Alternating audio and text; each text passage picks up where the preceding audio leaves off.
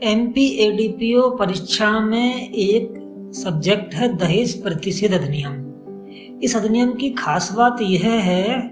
कि एक तो इस अधिनियम के द्वारा दहेज लेना और दहेज देना दोनों का प्रतिषेध किया गया है, और यदि दहेज मांगा जाता है या दहेज यदि लिया जाता है, दिया जाता है, तो वो अपराध होगा और दंडनीय होगा। इसके अलावा इसमें प्रावधान है कि दहेज यदि ले और दिया गया है तो उस दहेज का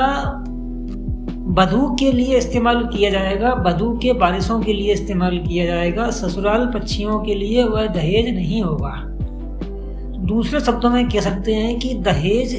जबकि हम जानते हैं कि दहेज लड़की के माता पिता के द्वारा दिया जाता है, उनके परिवार द्वारा दिया जाता है, तो वह लड़की के लिए ही या उनकी संतान के लिए ही इस्तेमाल किया जाएगा। इसमें एक बात और आती है कि दहेज लेने और देने के यदि करार किए गए हैं तो बताया गया है कि इस प्रकार का हम एक दूसरे के साथ में कोई एग्रीमेंट नहीं कर सकते कि भाई आप हमको दहेज देना, या इस अधिनियम में ही दहेज प्रतिषेध अधिकारी पद को सृजन किया गया है, जिसके कार्य होते हैं कि जहाँ भी उसको जानकारी मिलती है कि कहीं पर दहेज का लेना देना इत्यादि को लेकर के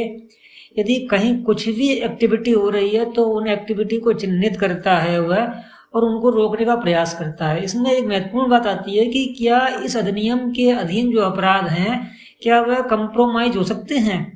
क्या वह निबट सकते हैं बिना ट्रायल कंक्लूड किए? तो इसका उत्तर है कि भाई ऐसा है कि असमनीय है,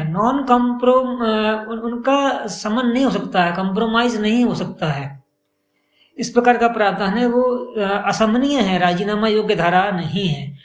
और इसमें बताया गया है कि ऐसे अपराध जो कि दहेज प्रतिषेध अधिनियम के अंतर्गत आते हैं वह संज्ञेय होंगे, है ना, वह संज्ञेय होंगे, अजमानतीय होंगे, उनकी जमानत